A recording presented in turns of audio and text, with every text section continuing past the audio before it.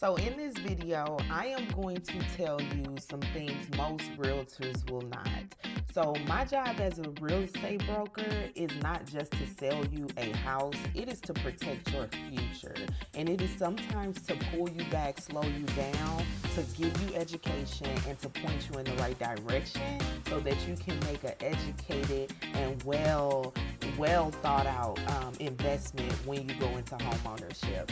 So some of the things of knowing when now is not the right time for you. If you have unstable income or you're job hopping, now is not really the time to look into home ownership. You have to prioritize when it comes to what's important. What do you need at this moment? And what's important right now based on your income and based on your family. If you're using your rent money as down payment, this is not the right time. You have to be able to set a firm foundation when it comes to your income stability and budgeting, savings, emergency savings, so that you can go into home ownership ready financially.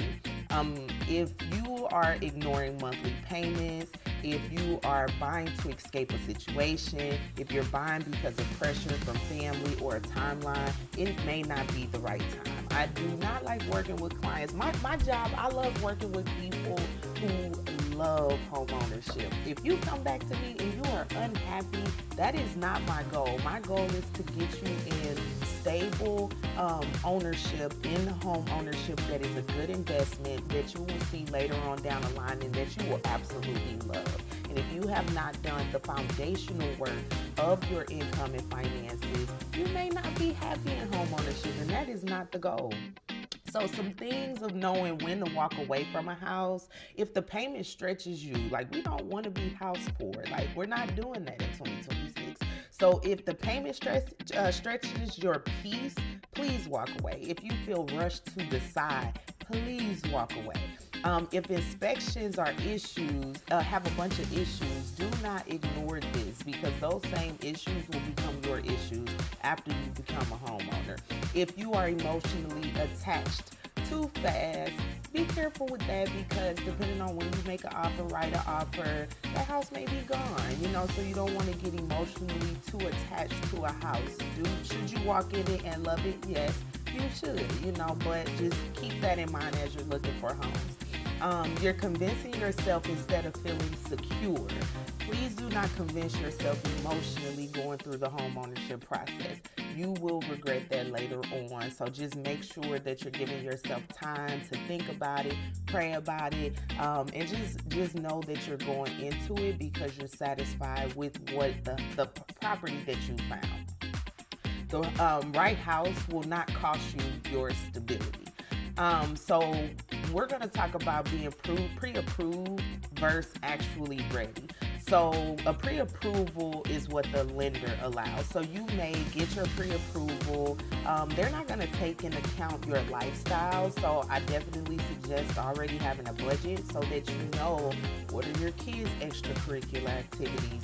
What do you like to do? What are the costs and the expenses of your budget that a lender is not going to take into account so that you know the number that you want to take to them and say, okay, this is what I want to spend a month. You should know that before you go to a lender. Readiness is what your life can actually handle. Okay, a lender may give you a pre-approval for $300,000, $400,000, but that may not fit into what your real life and what your real budget can handle. So you need to consider that. Like I said, payment versus lifestyle. Your debt, maintenance, utilities, and repairs. All of that needs to be considered as well when you're going into home ownership. So banks are going to measure risk to protect them, not stress. Okay, so you need to know with your financial situation what is going to create tension and stress for you when it comes to your mortgage payments. Okay, they're not going to think about that. They're going to think about, can this person pay me? What is their history of repayment? Is this a high risk, or can we trust that we will get our money back from that person? Okay, so make sure you know what your financial situations look like. Okay, so these are some reasons why buyers stay stuck for years. So waiting for perfect timing, avoiding to plan accordingly. Focusing only on your credit score is why you can stay stuck. Fear of hearing the truth, information from social media instead of strategy, starting and stopping repeatedly. Clarity moves people forward faster than motivation.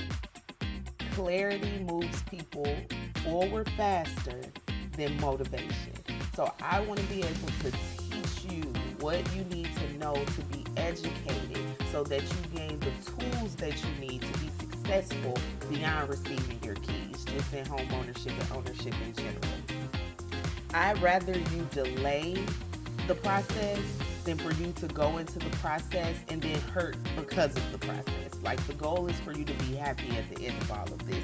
The goal is stability in home ownership. The goal is stability overall, okay? Not just keys, like I said earlier. The right timing protects your peace. So don't feel you are exactly where you're supposed to be. You know, don't feel like you're too late. Don't feel like you should have bought a house 10 years ago. Like, you are exactly where you are today. So please just know that once you have a plan and you start the process, it is okay. You will become a homeowner when it's your time. A good advisor sometimes says not yet. So you shouldn't be fearful of going to a lender and they say no. That should be fuel and motivation for you, because if you're working with a good lender, they will be able to tell you exactly what you need to do to help you create a plan to then be ready for home ownership. The right house at the wrong time becomes the wrong house. So please make sure that it is the right time for you.